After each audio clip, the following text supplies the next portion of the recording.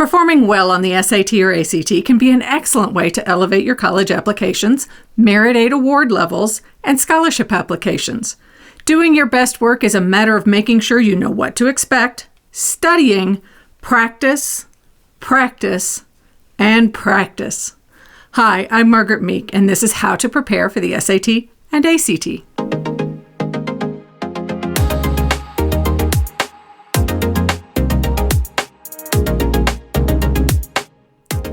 While performing your best on these tests is important, it is critical to understand that a great score on a test is not all that colleges or scholarship selection committees evaluate. Your scores will be weighed along with your GPA, high school course selection, application essay and short answer responses, and your activities. If your test score is stellar but your other categories are weak, that can compromise your college selection opportunities. Keep working on your writing skills, take challenging courses, continue to improve your GPA, and get involved in organizations, sports, family commitments, and your jobs at a level that demonstrates commitment. The first step in preparing for either of these tests is to determine what the tests include. The SAT has reading, language and writing, and math sections for a test lasting 3 hours. The longest section is 80 minutes. The SAT measures your science knowledge by including it in questions within each of those 3 categories. There is no penalty for wrong answers, so you need to answer every question on the test, even if a guess. You may get lucky. Just don't rely too much on chance. Trust your knowledge.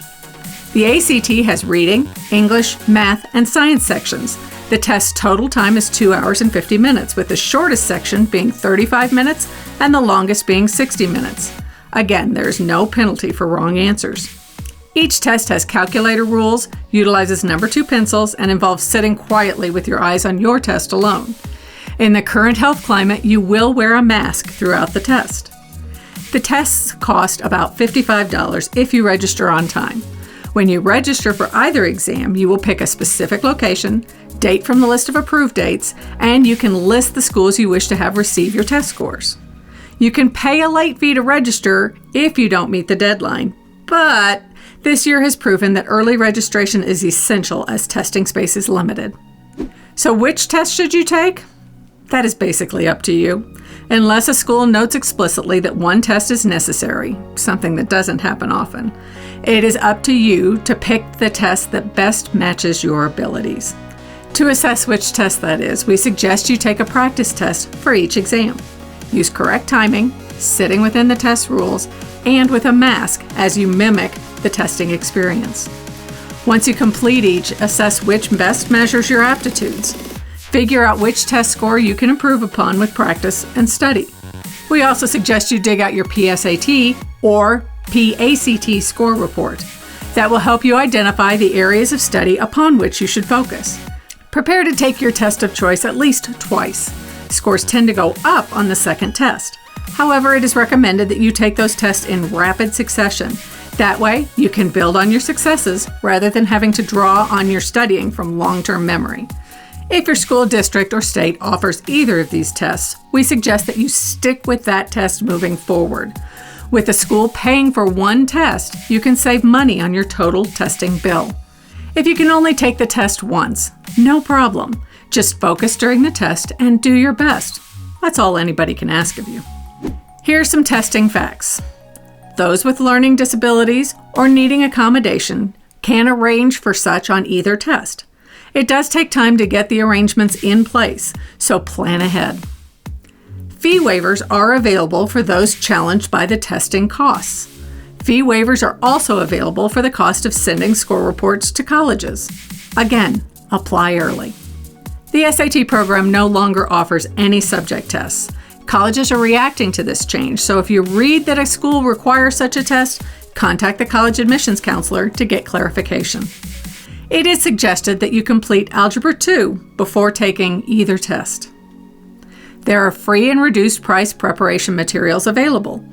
Your school counselors, library, and online programs, such as Naviance, will help you locate study materials.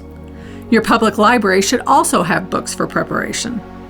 Make sure all materials are recent as the tests have changed over the years. There are preparation apps for both tests available online. You can also use the SAT, ACT, Princeton Review, and other Twitter accounts to learn tips and tricks. Khan Academy has partnered with the SAT to create a free practice program that provides tests, daily lessons, and information on maximizing your performance on the test for no cost. It is generally recommended that you undertake a 2 to 3 month practice regimen before the test to assure you are prepared. This doesn't mean more than 15 minutes practice most days, but you need to stay focused. You can utilize tutors and preparation programs for a cost. Some of these costs are steep, so speak with your family about what you can afford. You also need to determine if you work best one-on-one with a tutor, in a group or a class, or if you are disciplined enough to practice independently. Know your study skills. If you organize by colors, can review materials while exercising, or associate information with music or mnemonic devices, use those study skills while studying for the ACT or SAT. Know what to expect when you walk into the testing room. Review the instructions used on each section so you'll understand what is expected. This way, on test day, you can quickly skim the instructions to make sure there are no changes, and you can focus your time on the questions. Build your reading comprehension and vocabulary by reading. Look up words you don't know and consider what you are reading to ensure you are practicing focus. Make up a math formula study sheet. The better these are memorized, the less time you will spend during the test recalling the details. Find an accountability partner. This is someone who can help hold you to an agreed-upon study schedule. A friend or parents would be helpful in this role. Because of changing local reactions to the effects of the pandemic, it is possible your testing site might close as late as the morning of your test. Make sure the testing service has your email and text number so they can contact you. Check the website the morning of your test to see if there have been any changes. If your location is closed, you will be given instructions on rescheduling your examination. Create goals for your performance. This includes an overall score and scores on each portion of the test. Know what you are aiming for. Set up your study plan, do the work, make any necessary adjustments, and remember, your score on these tests is one component of your admissions packet. Don't build stress, prepare. Some final tips will help get you through the day of the tests. Prepare your calculator with new batteries or making sure it's charged. Sharpen several number 2 pencils and have them ready to go. Print and pack your registration form so you don't forget to take it with you to the testing site. And while you're at it, pack a picture ID. Your driver's license or school ID should work, but check the instructions for that test. Sleep well the night before. In fact, if you can start to sleep 8 hours a night the week before the test, that's even better. Eat a great breakfast. Avoid sugar and gravitate towards complex carbohydrates and protein-based foods that will help keep you from getting hungry during the test. Hydrate. When you go into the room, stay focused on your test.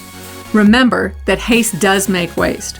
Rushing can throw off your focus, disrupt making sure you bubble the correct test answer in the correct space, and keep you from building a confident pace. Take the time to make sure you are filling in the bubbles correctly.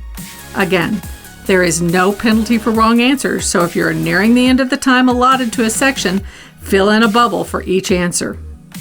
Pace yourself. Do your best work. Once you have completed the test, reward yourself. Keep the importance of the SAT and ACT in perspective. This test does impact college admissions, merit aid, and scholarships. However, you can win none of these based on your test scores alone. The best preparation you can do for the SAT or ACT is to practice, practice, study, and practice.